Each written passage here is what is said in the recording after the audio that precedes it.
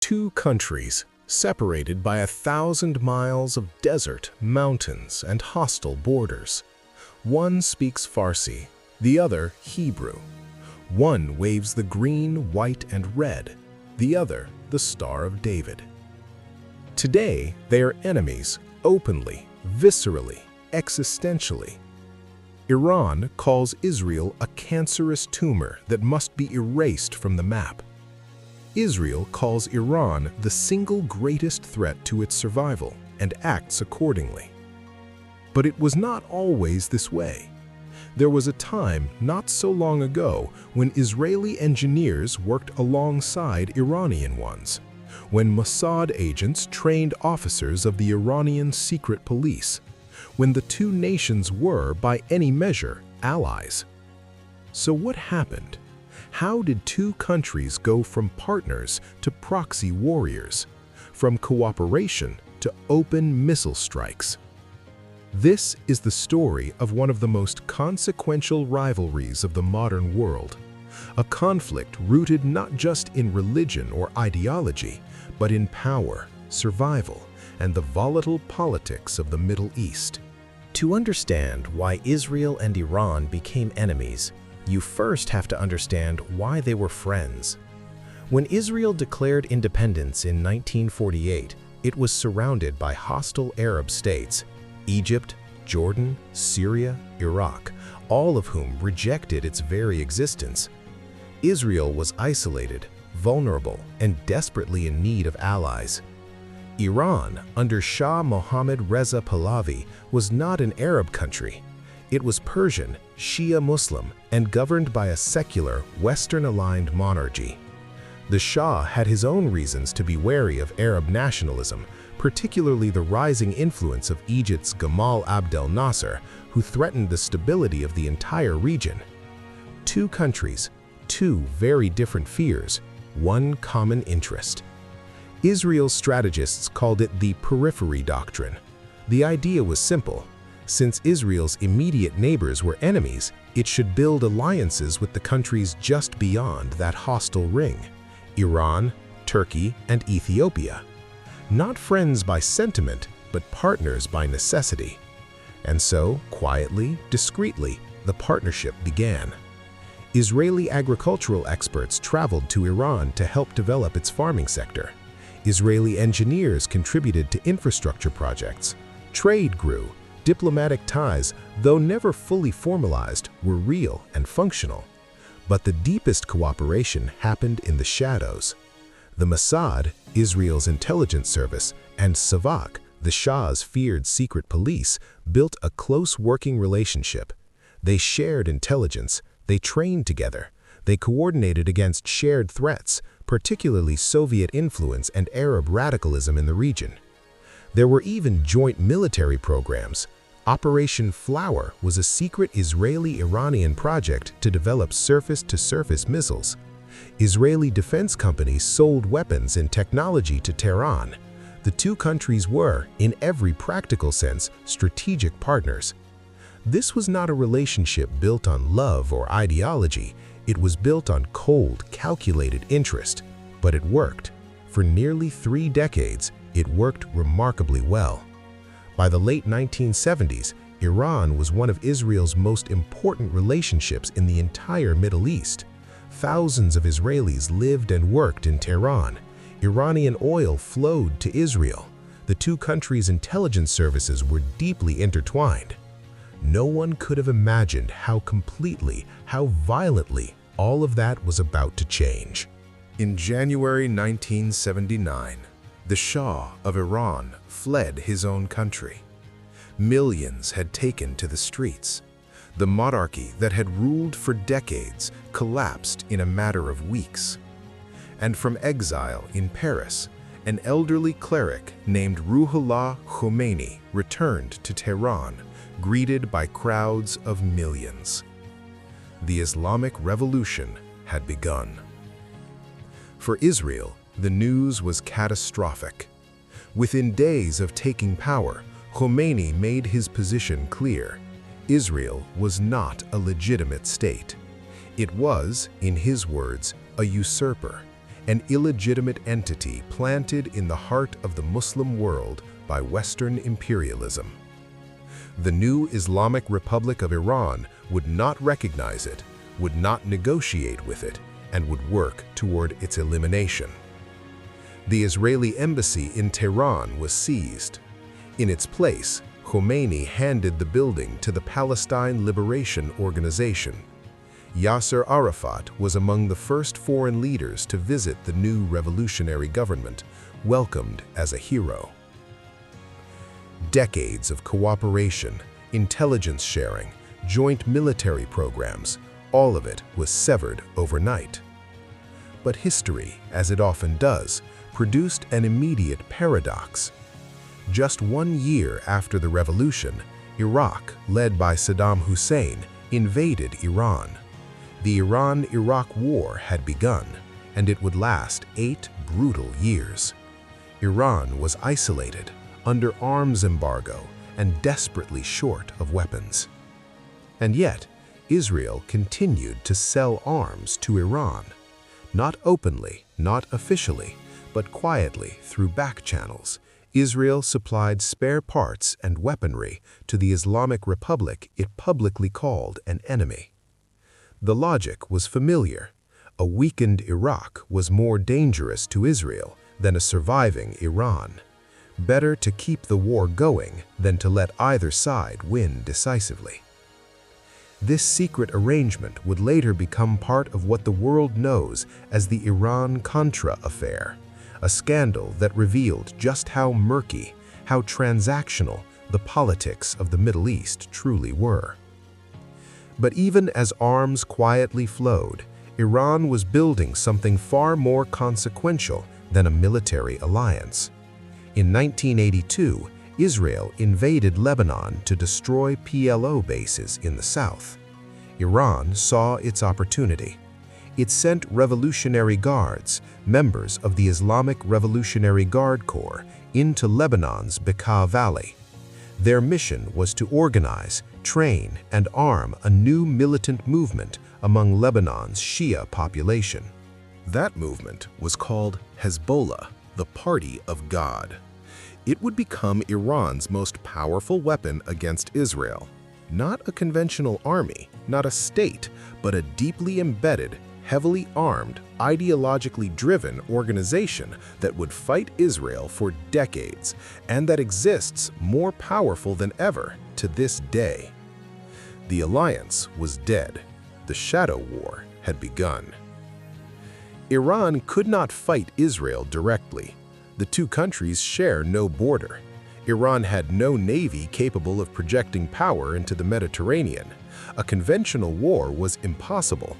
So Iran chose a different strategy: patient, methodical, devastating. Instead of fighting Israel with its own soldiers, Iran would build a network of armed groups surrounding Israel on all sides, fund them, train them, arm them, and let them bleed Israel slowly, for years, for decades, until, in Tehran's calculation, the Jewish state would eventually collapse under the pressure. They called it the axis of resistance. Hezbollah in Lebanon to the north, Hamas and Palestinian Islamic Jihad in Gaza to the south, militias in Syria and Iraq to the east, each group autonomous enough to deny direct Iranian control, each group dependent enough on Iranian money and weapons to serve Iranian interests. It was, by any measure, a brilliant piece of strategic architecture. Hezbollah fought 2 major wars against Israel in 1996 and again in 2006. The 2006 war lasted 34 days. Israeli rockets fired thousands into northern Israel. Israeli towns emptied.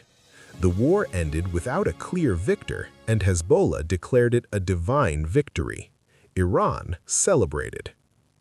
Hamas, meanwhile, took control of Gaza in 2007.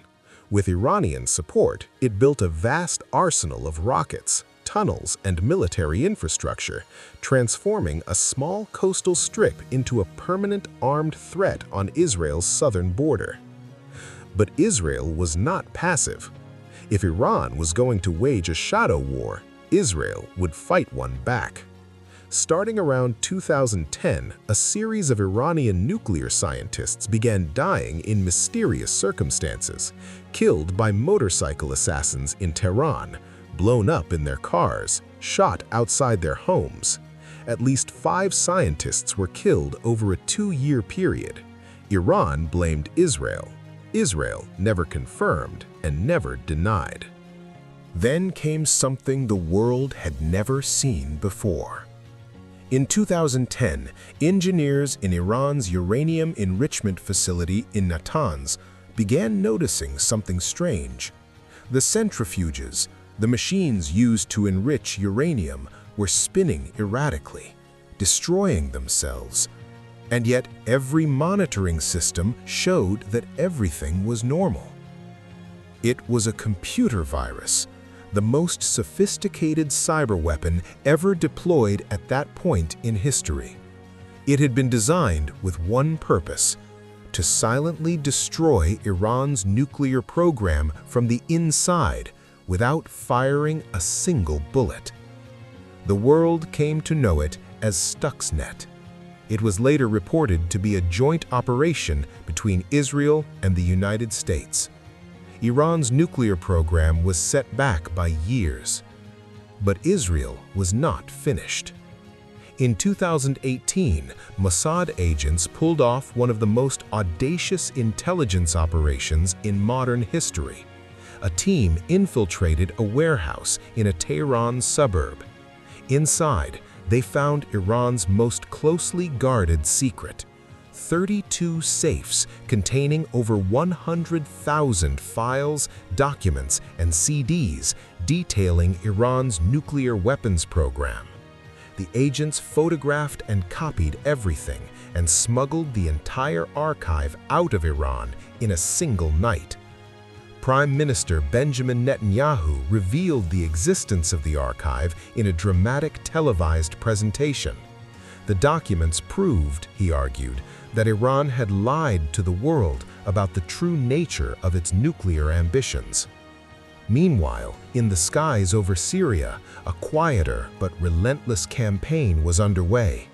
As Iran used Syria's civil war to build a permanent military presence on Israel's northeastern border, shipping weapons to Hezbollah, constructing missile factories, establishing IRGC bases, Israel responded with hundreds of airstrikes, targeting weapons convoys, destroying storage facilities, killing Iranian commanders. It was a campaign so sustained, so systematic, that it earned its own name: the Campaign Between the Wars. Israel struck Iranian targets in Syria over 300 times between 2017 and 2023. Iran responded through its proxies: rockets from Gaza, drone attacks from Iraq, missile salvos from Hezbollah. 2 countries technically not at war, but fighting each other continuously through intermediaries, through cyberspace, through assassinations, through airstrikes. A shadow war with very real casualties. And then, in 2023, the shadows dissolved and the war came into the open. At the heart of everything, beneath the proxy wars, the assassinations, the cyber attacks, the airstrikes, lies one question that has defined the Israel-Iran rivalry for more than 2 decades. Will Iran build a nuclear bomb? And if it does, what will Israel do about it? Iran insists its nuclear program is peaceful, civilian energy, medical research, nothing more. But the evidence tells a different story. The hidden enrichment facilities, the secret weapons archives stolen by Mossad, the centrifuges spinning far beyond what any civilian program would require. Western intelligence agencies, the International Atomic Energy Agency, and Israel all reached the same conclusion. Iran was not just pursuing nuclear energy, It was building the capability to produce a nuclear weapon and keeping that option open deliberately as a strategic card to play when the moment was right. For Israel, this was not an abstract threat. It was existential. A nuclear-armed Iran would fundamentally alter the balance of power in the Middle East. It would give Tehran a shield of immunity behind which its proxies could operate more aggressively. It would trigger a regional arms race with Saudi Arabia and others rushing to acquire their own nuclear capabilities. And for a country the size of Israel, a country that could be devastated by a single nuclear strike, the stakes could not be higher. Israel drew a red line. Iran would not be allowed to cross the nuclear threshold, not while Israel had the means to stop it. The international community tried diplomacy. In 2015, after years of painstaking negotiations, the United States, Europe, Russia, China, and Iran reached a landmark agreement, the Joint Comprehensive Plan of Action, known as the JCPOA. Iran agreed to dramatically limit its nuclear activities in exchange for relief from crippling economic sanctions. For a brief moment, it seemed like the crisis might be manageable. But in 2018, President Donald Trump withdrew the United States from the agreement. He called it the worst deal ever negotiated. He reimposed sanctions, and Iran, freed from its commitments, began enriching uranium at levels never seen before, reaching 60% purity, then 83%, inching closer and closer to the 90% threshold required for weapons-grade material. By 2023, International Atomic Energy Agency inspectors were sounding alarms they had never sounded before. Iran had enough enriched uranium, experts warned, to build multiple nuclear devices within a matter of weeks if it chose to do so. Israel watched all of this with growing alarm. Israeli leaders began speaking more openly than ever about the military option. The Israeli Air Force conducted long-range exercises. New refueling capabilities were acquired. Bunker-busting munitions were purchased from the United States. The message was deliberate and unmistakable. Israel was preparing for the possibility of a strike on Iran's nuclear facilities. Iran responded with its own warnings. Any attack on Iranian soil would trigger a response so overwhelming, so devastating, that Israel would regret it.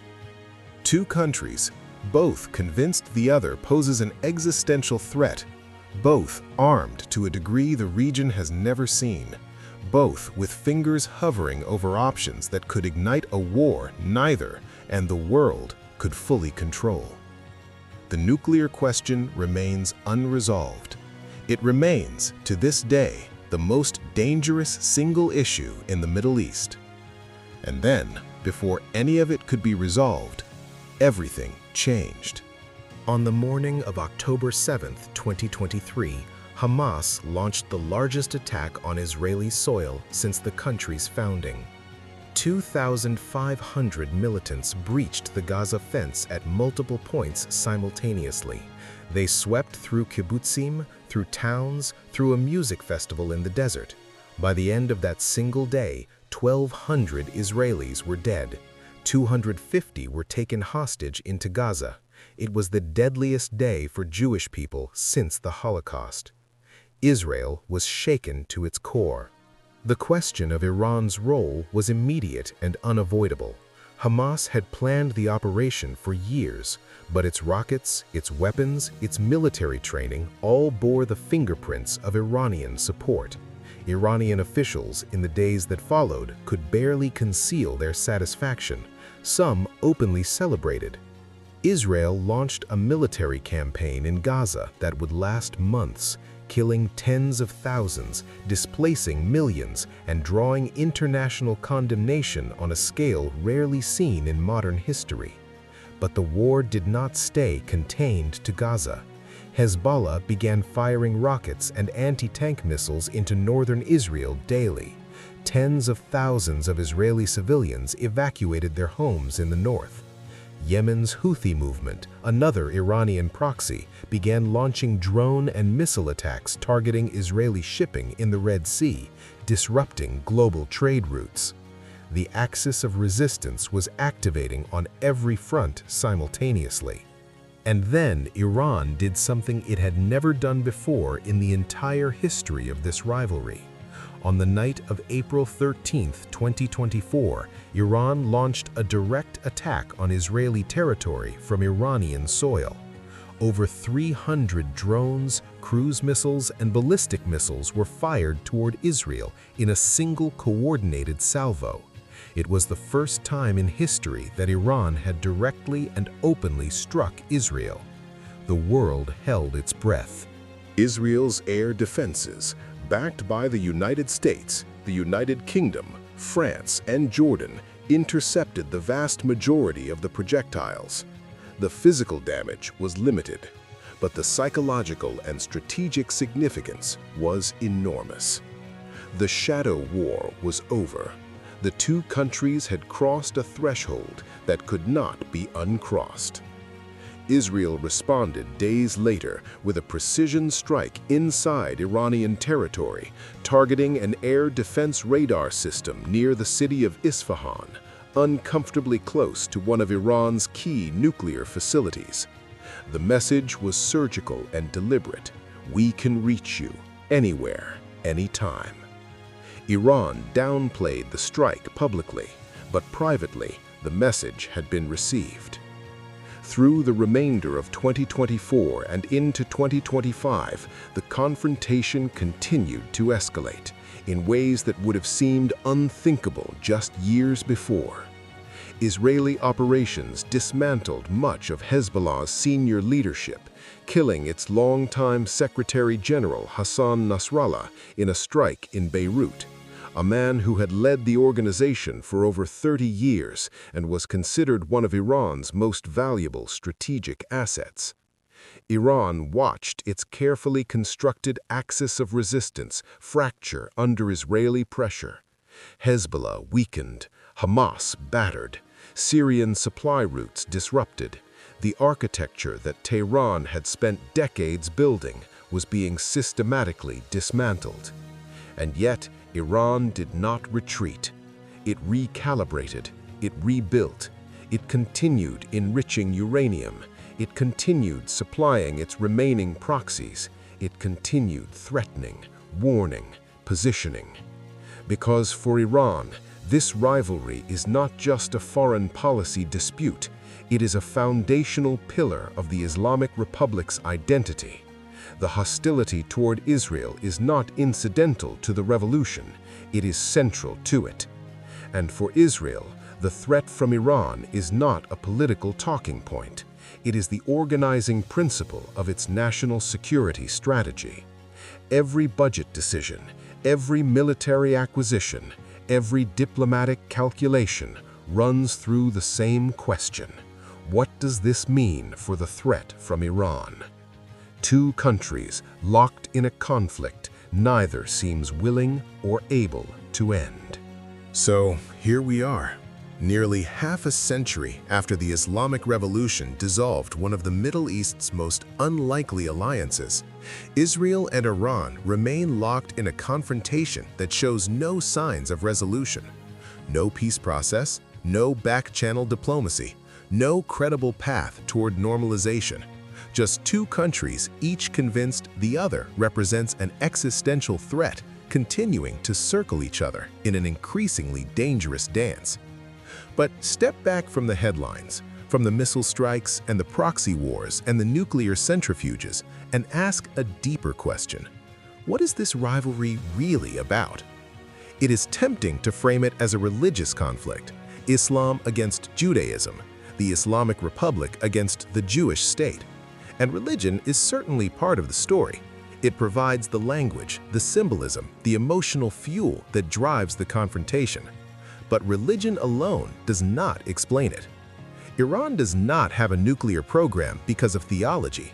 It has one because nuclear capability is the ultimate guarantor of regime survival, as North Korea demonstrated, as Iraq under Saddam Hussein failed to demonstrate. Tehran watched what happened to Muammar Gaddafi in Libya after he gave up his weapons program. It drew its conclusions. And Israel does not strike Iranian targets in Syria because of scripture. It does so because it calculates with cold strategic logic that allowing Iran to build a permanent military presence on its border would be intolerable, regardless of what flag flew over Tehran. This is, at its core, a conflict about power, about which country will dominate the Middle East, about who controls the arc of influence stretching from Tehran through Baghdad, Damascus, and Beirut to the Mediterranean, about survival, real and perceived in one of the world's most volatile regions. The people who pay the highest price for this rivalry are rarely the ones who chose it. The Lebanese civilians caught between Hezbollah and Israeli airstrikes, the Gazans trapped in a war that began long before October 7th, the Iranians living under the economic suffocation of sanctions, their currency collapsed, their futures constrained by a government that prioritizes missiles over medicine. The Israelis in the north who spent years sleeping in bomb shelters, their communities hollowed out by the constant threat of rocket fire. Ordinary people on all sides bearing the cost of a confrontation between states. Will it end? Perhaps the more honest question is, can it end? Not without a fundamental transformation in Tehran, either a change in the Islamic Republic's ideology or a change in the Islamic Republic itself. Not without a resolution to the Palestinian question that has provided Iran with its most powerful propaganda tool for decades. Not without a regional security architecture that gives all parties, Israel, Iran, the Arab states, some credible guarantee of survival without the need for permanent confrontation. None of that is imminent. None of that may even be possible in our lifetimes. What is certain is that this rivalry will continue to shape the Middle East and, by extension, the world for years to come. Every spike in oil prices, every shift in American foreign policy, every election in Israel, every power struggle within the Iranian regime sends ripples far beyond the region. We are all, in ways we may not fully appreciate, living in the shadow of this conflict. The question is no longer whether Israel and Iran will clash again. The question is what the world will look like when they do.